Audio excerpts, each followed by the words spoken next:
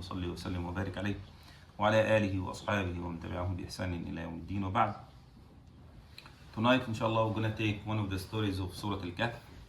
And subhanallah, Surah al Kahf has very strong stories about, if you see what is the common element or the common theme between all the four stories of Surah al Kahf, you're going to find that it is the fight between the people of belief and the people of disbelief.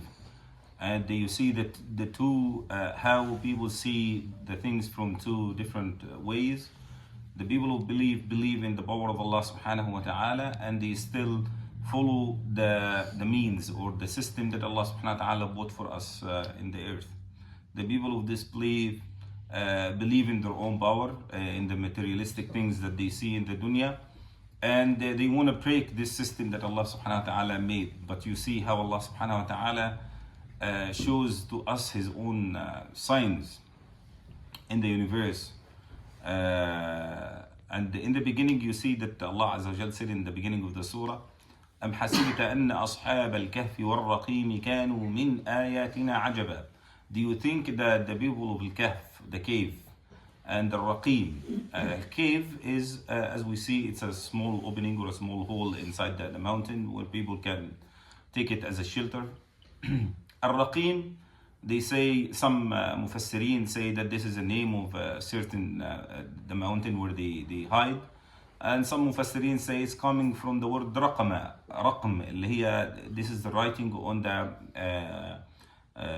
the rocks and the mountains.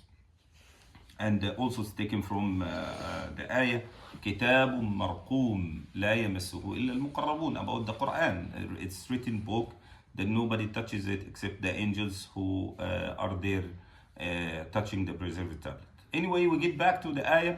We see that even the story of the people of Kahf, it's so wonderful, so amazing. But even this compared to the signs of Allah Azza wa Jal in the universe, how Allah subhanahu wa ta'ala created the heavens and the earth and the mountains and this whole universe, and how Allah subhanahu wa ta'ala is gonna turn it into nothing at the end of the world, and nobody's going to be living there anymore. When you compare this little story to this great creation of Allah subhanahu wa ta'ala, it's not a big wonder comparing to that. Let's get back to the story of Zul Qarnayn, how this goes aligned with what we're saying. The story starts with a very good start and strong start. When you see the ayat saying, وَيَسْأَلُونَكَ عَنْ ذِي الْقَرْنَيْنِ, they ask you about Dhul Qarnayn. So that gets the attention of everybody.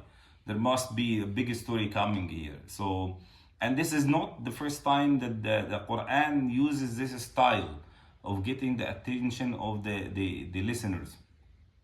You find some ayat using the same word, وَيَسْأَلُونَكَ, and they are asking about legislation, the Islamic law. وَيَسْأَلُونَكَ عَنِ الْمَحِيض, they ask you about, women's period. يسألونك عن الشهر الحرام قتال فيه, they ask you about the sacred month, is there is fighting in it, and on the other side you're gonna find, this is one side when they ask about legislation, and this is you're gonna find in the Surah al-Madaniyah, the surahs that are revealed in Medina. On the other side you're gonna find some ayat start with وَيَسْأَلُونَكَ عَنْ, and they are asking about the aqidah and the belief in Allah subhanahu wa ta'ala.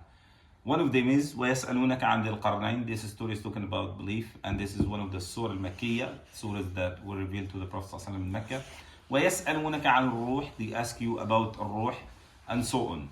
So وَيَسْأَلُونَكَ عَنْ ذِي الْقَرْنَيْنِ, they ask you about ذِي الْقَرْنَيْنِ. Where did he get this name from, ذِي الْقَرْنَيْنِ? Because, by the way, we don't know the time, we don't know any details about him other than the three stories that are mentioned about him in the Quran. We have no clue what time, what place did he live. No idea.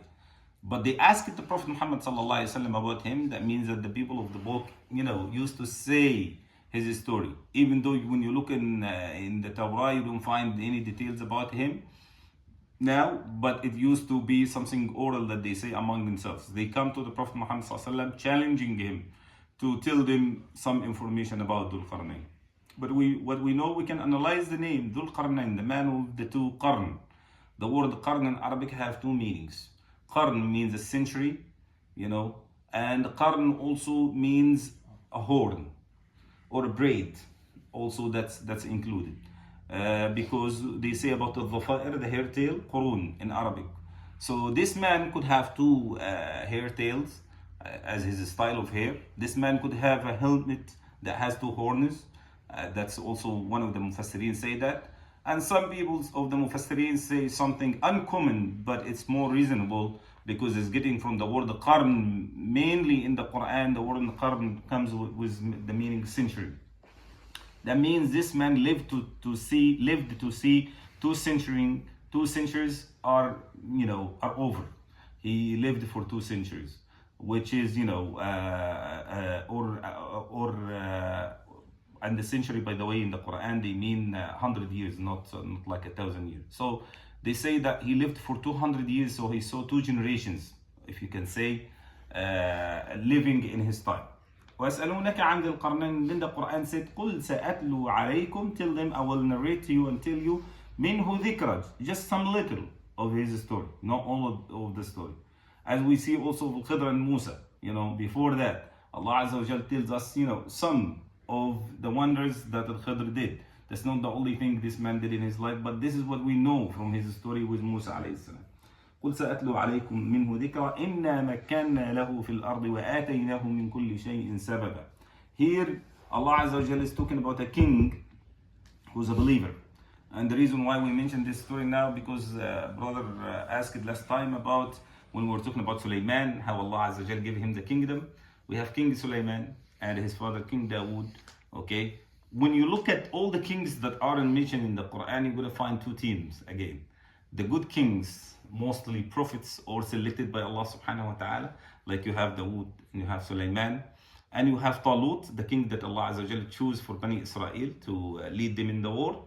Or you have Balqis, the queen of Yemen, also, but she believed, and Allah Azza wa Jalla praised her after she believed. And also you have on the other hand, and you have Zul Qarnayn, of course, this king, and you have on the other hand the evil and the bad kings. Pharaoh, the king of Egypt, أليس لي ملك مصر وهذه الأنهار تجري من تحتي. Don't you see that I have the kingdom of Egypt and I have these rivers running under me? He's talking about the Nile River. And Ibn al-Jawzi is saying a good word here. He said, ما أجرأ. How dare he says that? This guy is a fool. إنه يتباهى بأمر لم يجره بنهر لم يجره. How come that he is so proud of himself of something that he didn't make, which is the river that Allah subhanahu wa ta'ala make it flow and run like that. So this is not something out of his hand. And on the other hand, when you see Zul Qarnayn at the end of his story, as we're going to see, when he made a sed or a radn between the 2 mountains to block Ya'juj and Ma'juj, what did he say? He did not show off or anything like that. He says, هَذَا رَحْمَةٌ مِّن رَبِّي. This is a mercy from my Lord, from Allah subhanahu wa ta'ala. And again he repeats it and assures the same meaning. فَإِذَا جَاءَ وَعْدُ رَبِّي جَعَلَهُ دَكَّاءَ وَكَانَ وَعْدُ رَبِّي حَقًّا. He keeps repeating the word Rabbi, Rabbi, Rabbi. It's all from Allah subhanahu wa ta'ala. Even though he did a lot of effort, it was his planning, it was everything, he worked hard on it, but he did not show off, and he all the time attribute the fadl and the blessing to Allah subhanahu wa ta'ala. Big difference. Now the difference between, again, belief and disbelief. So let us get back to the story. The story starts with him. The first thing he directed towards the Maghrib al-Shams, towards the sunset. So he went to the west. When he went there, he is describing the view. وجدها تغرب في عين حمئة. He saw the sun over the horizon as far as he can see. تغرب sits في عين حمئة, in a muddy area, an area that's not water and it's not solid. It's something like muddy. So when he sees the sunset, it looks like the sun is dipped into that mud from far away, as far as he sees. He cannot go to this area. It's not an area easy for him to go. But when he reached this place, which is the end of the world, according to them at that time, because the number of the world, the people who live is limited, so he can go from all the way to the east to the west. It's not like the world that we have nowadays. We discover more areas and the population is expanding. So when he went there, وجدها تغرب على قوم. So he went there and he found some people living there. Then Allah subhanahu wa ta'ala said to him, يا ذا القرنين قلنا يا ذا القرنين إما أن تعذب وإما أن تتخذ فيهم حسنا. Allah Azza wa Jalla is giving him a choice. Those people, you have the right to torture them or to be good with them and to deal with them in the good way. How Allah subhanahu wa ta'ala is going to give him the choice to punish or to forgive and to deal with them nice? From that we understand, as the Mufassirun says, the interpreters of the Quran said, that means that those people are evil people. So he said, you have the choice to punish all of them for this evil, and you have the choice also to deal with them in a nice way. So his response to that was something amazing. He says, أما من ظلم فسوف نعذبه.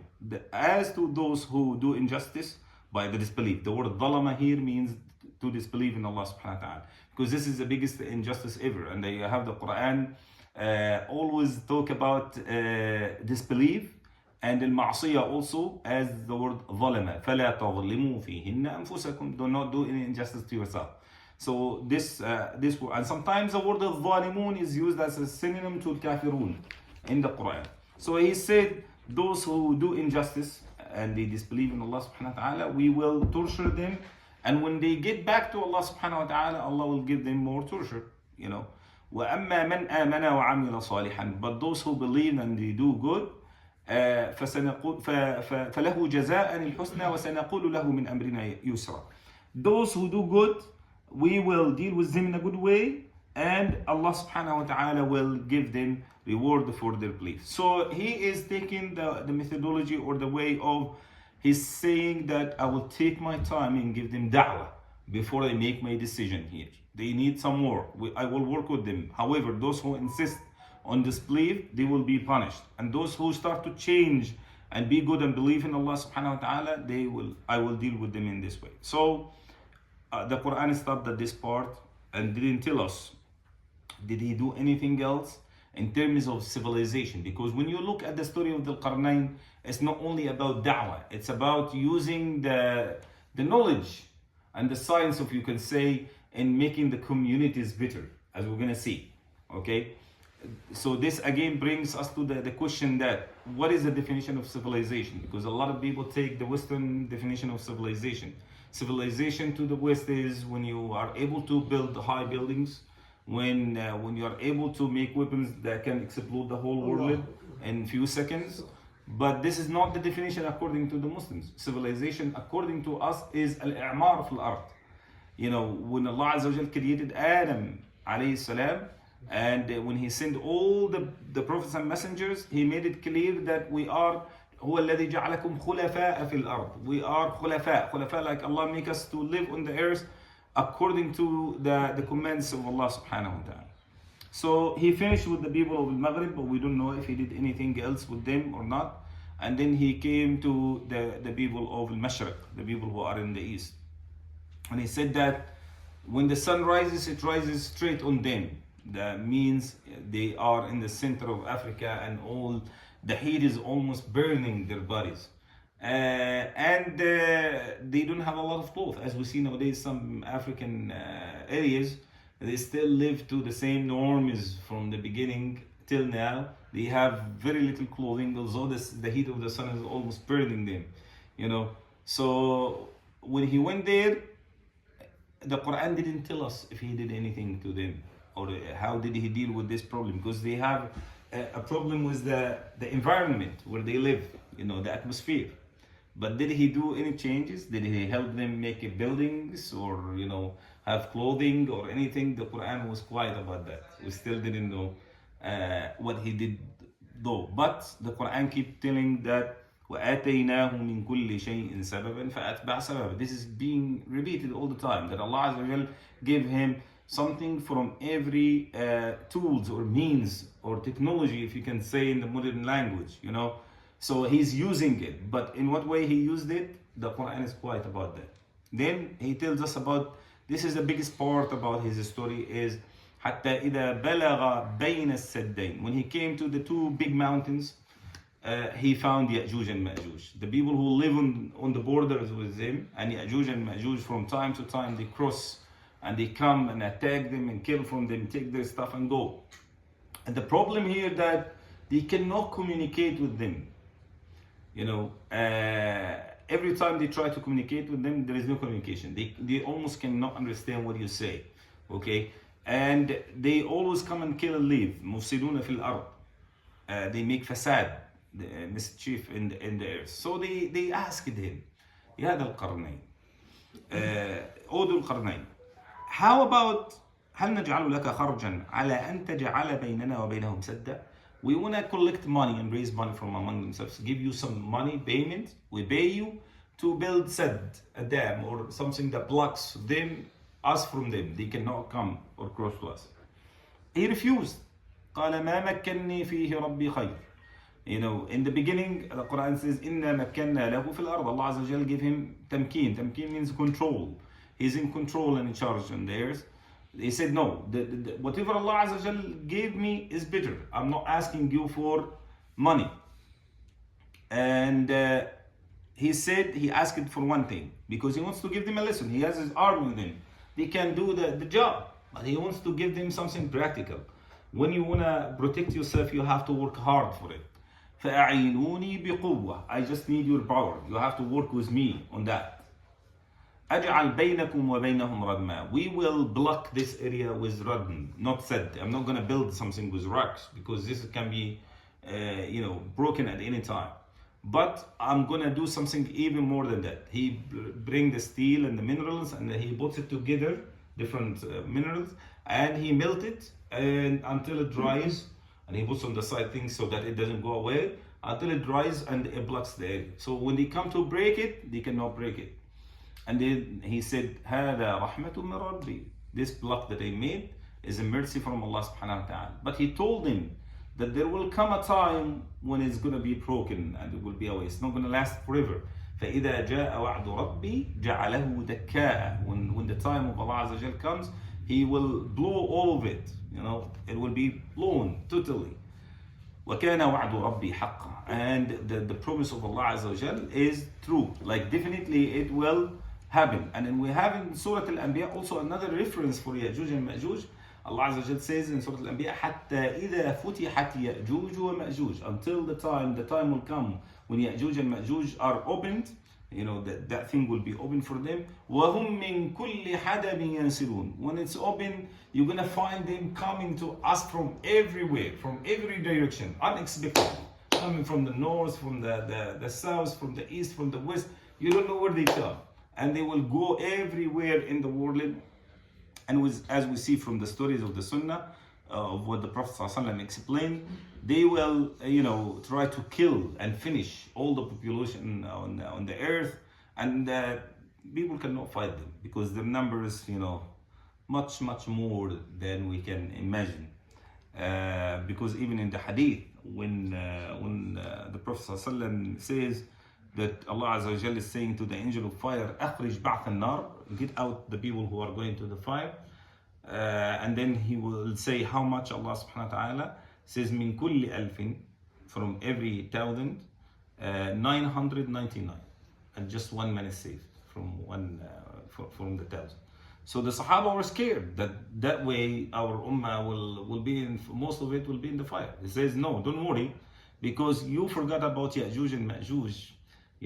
Those people are majority comparing to all the population of the earth. They will outnumber us by many times. So the great majority of the people of fire will be from them, because their number is making this equation goes to the number. So he said, don't worry, inshallah azza wa jal. So that gives us the idea that when they come, they will be like ants everywhere, and they will eat everything green on the earth, try to drink all the rivers, and they will dare to say that we finished all the people in the earth, let's finish those who are in the sky, talking about the angels.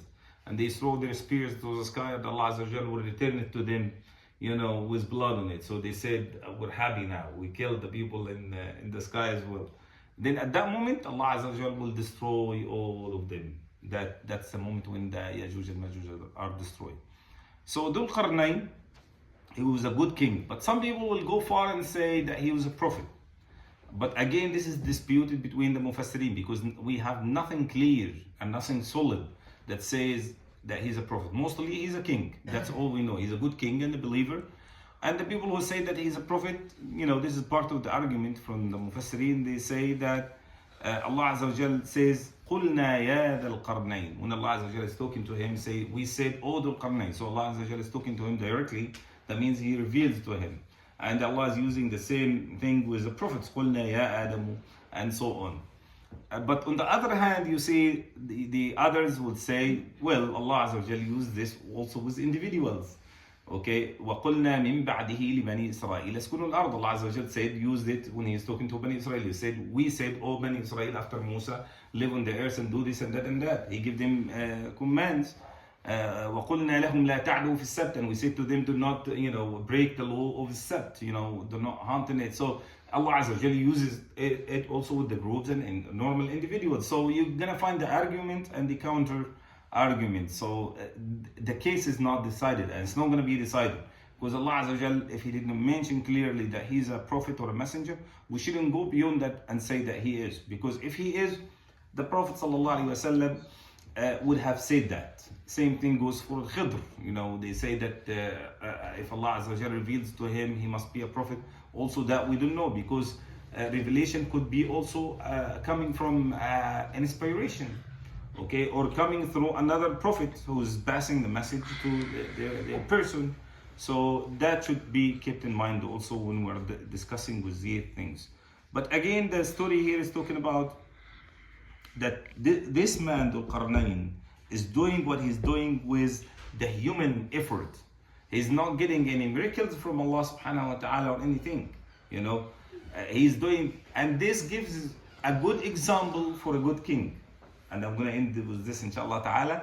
If you look at السبعة الذين يكونون في ظل عرش الرحمن, at the 7 types of people who are going to be under the shade of the throne of Allah subhanahu wa ta'ala, the first one of them is Imamun Adil, a just king.